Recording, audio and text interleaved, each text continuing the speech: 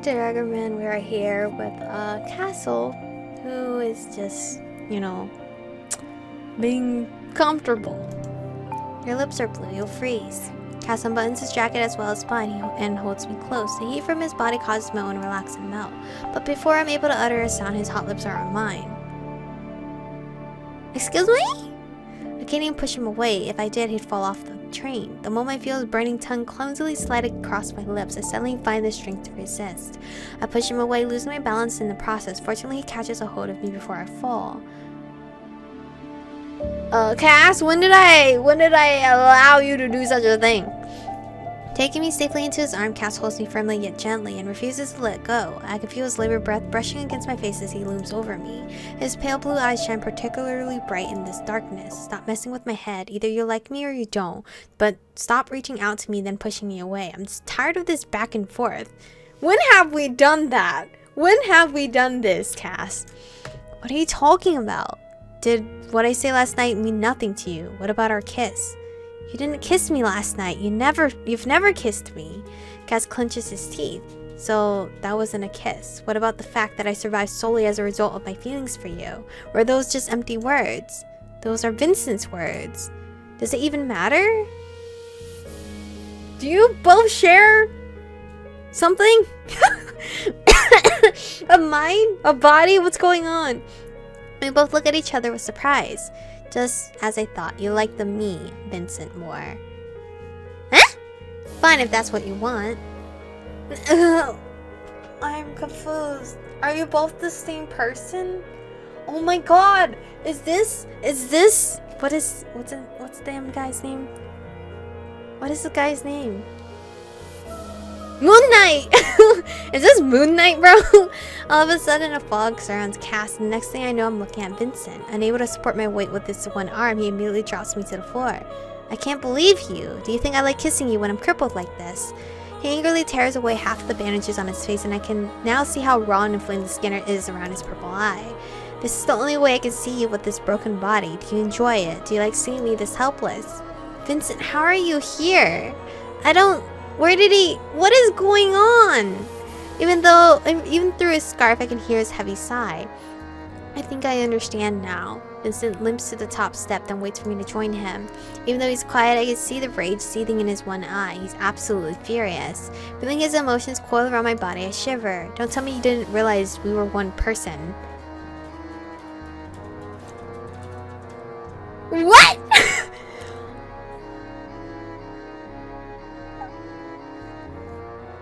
But how? But I can see you both at the same time. Huh? A dark shadow detaches itself from Vincent's silhouette and materializes into Cass. What? Vincent lets out an exasperated sigh as Cass glares at me reproachfully. Wait, that makes absolutely no sense in Cass's route then. That Vincent left, but it's actually still Vincent? What? Huh? How many times did I tell you? It's one of the first things I mentioned when you asked about my abilities. When you said you were one with your weapon, I thought you were speaking figuratively. With a freakish synchronicity, Vincent places his hand on his forehead while Cass sighs. So this entire time you thought we were just two guys playing house together. Wouldn't it have been easier to just ask? I can't even imagine what you were thinking. We both go silent, which gives me a moment to collect my scattered thoughts. How is any of this even possible? It's as possible as anything else. Whatever, I can't listen to this idiocy anymore. So...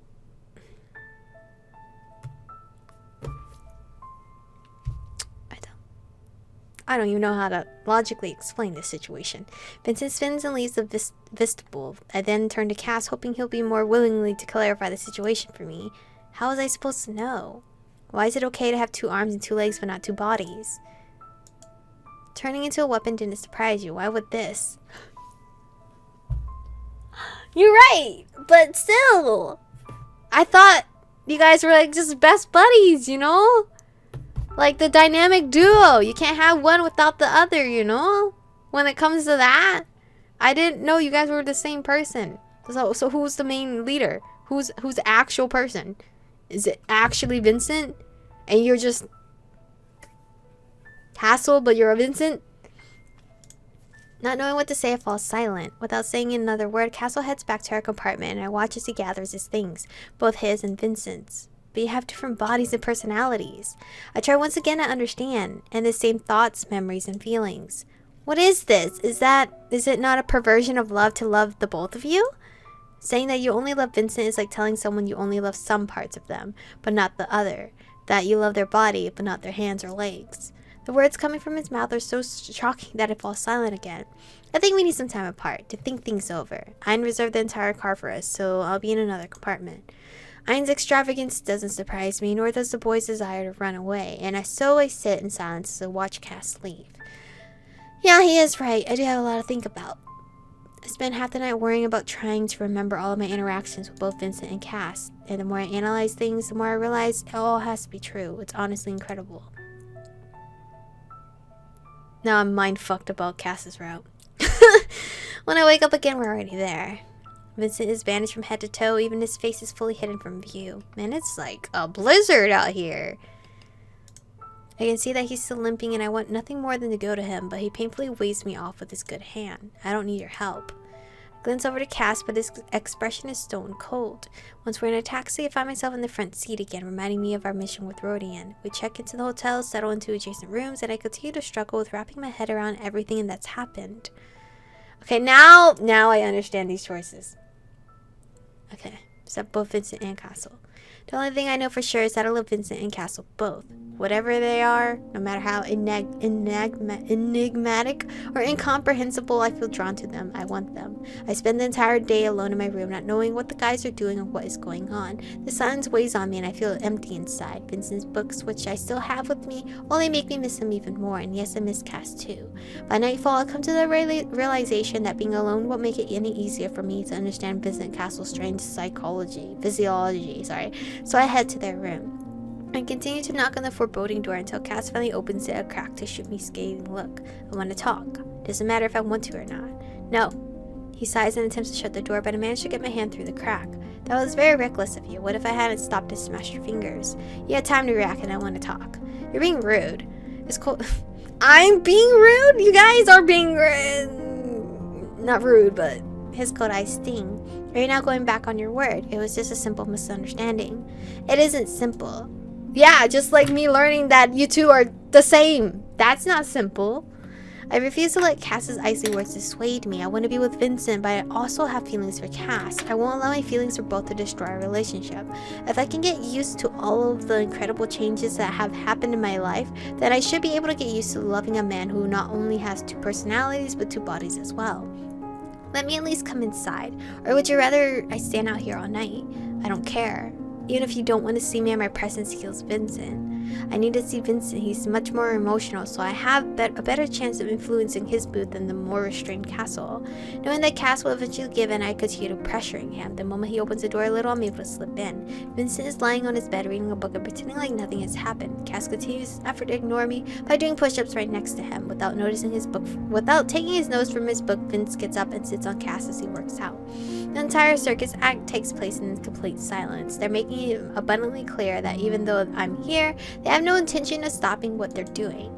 I sit down next to them, look thoughtfully over at Vincent. Stop acting like a spoiled brat, like a crazed woman. Aren't you going to say anything? Vincent calm brows furrow angrily and I smile, just as I suspected playing on his overwhelming sense of pride was the right call.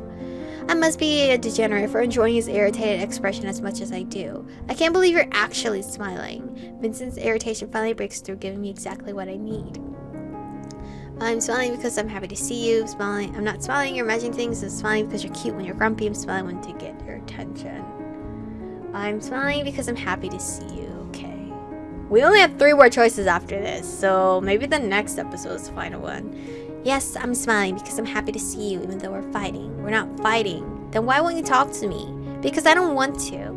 Coldly, Vincent returns to his book and I know I've lost the opportunity to provoke him. The guys continue going about their business while acting like I'm not here. But when they order food, I notice that a couple of the dishes seems like something I would enjoy. There's no way they weren't thinking about me. We eat in silence and I continue to analyze everything that is happening. I can't believe that after all this time, I'm only now noticing the incredible synchronicity of their actions. I don't even know how to pronounce that word. Without a word, a gesture, or even eye contact, Cass unthinkingly hands Vincent his things, and they're eating perfectly in sync. How did I not notice this before?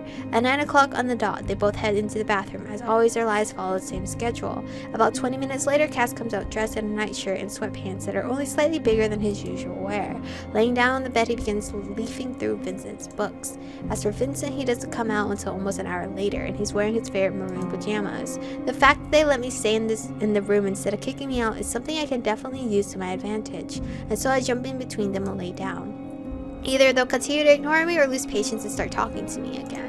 Yet they continue to pretend like I don't exist. I'm laying on their bed in my regular clothes and I haven't even taken a bath and they're still not budging. Vincent has to be dying to scold me right now. He's certainly showing amazing restraint today, which is cool. Deciding to continue pushing the limits of Vincent's patience, I turn to Cass, toss an arm around him, and rest my head on his shoulder. And he freezes. He clearly has no idea how to react. Well, perhaps I should put a match to the powder keg. If you don't care what I do, maybe I should kiss Cass then. Vincent immediately jumps to his feet and blushes. That was definitely the last straw for him. What the hell are you doing, pervert? Why can't you stop harassing me and leave me alone? You're acting like a stalker and it's infuriating. I can't believe you're hitting on Cass after getting me upset and ignoring me. This is rage inducing. As Vincent continues his tirade, Cass sighs quietly, then firmly pulls me away. We should talk. I'm tired of this game. It's clear you're talking to me even though Vincent is still raging. I'm not talking to her. Please, I just want to know why you're upset. You don't even know. That makes me even angrier. You're such a hypocrite. Once you found out we were one and the same, you started bothering him just to get to me. I'm not doing this just to get to you. Then why are you doing it? Because I have feelings for Cass. This is the choice that made me so fucking confused, but now I understand because I have the backstory for it. If I had been honest earlier, I wouldn't be in this stupid situation right now. I have feelings for Cass. Aha! So you had feelings for Cass when you claimed you had feelings for me, but you didn't know we were one and the same back then, which can only mean you're a hussy. You're a master of turning a situation on its head. Exasperated, I sigh. I'm not turning anything over. You wanted to be my Junia. If you didn't realize that Cass was me, yet you were flirting with him anyway, that makes you a cheater. Vincent glares angrily at me. Place blame? You want me to place blame? Alright, there's only one more choice after this, so maybe this is the end. Stop blaming me for any and everything. This is your fault too. It's not like you ever explained your physiological and physiological makeup. Yeah, that. Whatever that is. Yeah, you expected me to just know. What more do you want from me? Only you could think this is normal. All you ever did was snap at every question I asked. How could I have known you were both the same person? It's absolutely absurd. Just so you know, I was racked with guilt once I realized I had feelings for Cass. Not wanting to betray you, I kept those feelings at bay. Vincent chuckles. Yeah, I suppose I'm partially to blame. Still, even though I'm a careless brute who has a hard time thinking things through, that doesn't change the fact that you're being loose. His purple eyes drilled into me. You would have to be upset either way. This is the final choice. I doubt Vincent wants me to agree with him. If I wasn't being loose, would it have even mattered? When you thought I didn't care about Cass, you got upset, but the moment I showed him any affection, you immediately began to resent it. Why can't you just be happy that I unknowingly reached out to him? Vincent lowers his head, and for a briefly agonizing moment, I truly believe it's over. I lost this battle before it even began. But then I feel Cass's warm and gentle arm around my back, and Vincent's hand lightly resting on mine. I'm sorry. What kind of ending is this? He gently approaches me. Can I hug you? Oh, of course! I love hugs! Of course, idiot. Just don't fidget so much, okay? I don't know what ending this is. Vincent weakly clings onto me as his good hand strokes through my hair. I was wrong. He whispers the words. Even though through my clothes, I could feel both his heartbeats. One anxious and fast and the other strong and rhythmic. Embraced from both sides and unable to reciprocate, this is definitely the strangest hug I've ever been a part of, but it's also the most tender and sincere. Next time, can I be the one to resent you? If it'll make you feel better, then fine. Is it okay if I stay with you? Yes, you can stay with me.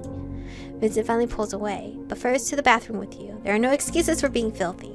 Yeah, I probably should head into the bathroom and stop tormenting Vincent's sense of beauty, but it's not my nature to leave without having the last word.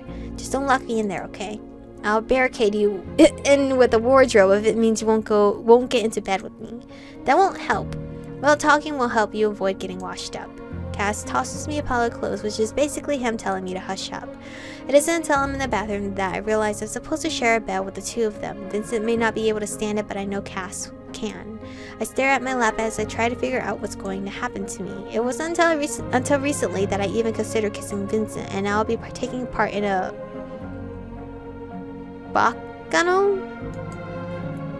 My debauched musings are interrupted by a knock on the door, then I hear Cass's voice. Is my Tamagotchi alright? Oh, it's lunchtime. Vincent asked me to tell you that he really hopes you drown, and that he'll have one less problem then. But I'm afraid I'll have to upset him. I'm still alive and well and annoying. Assuming that was a hint to hurry up, I quickly finish my bath, toss all my clothes Cass has given me, and leave the bathroom.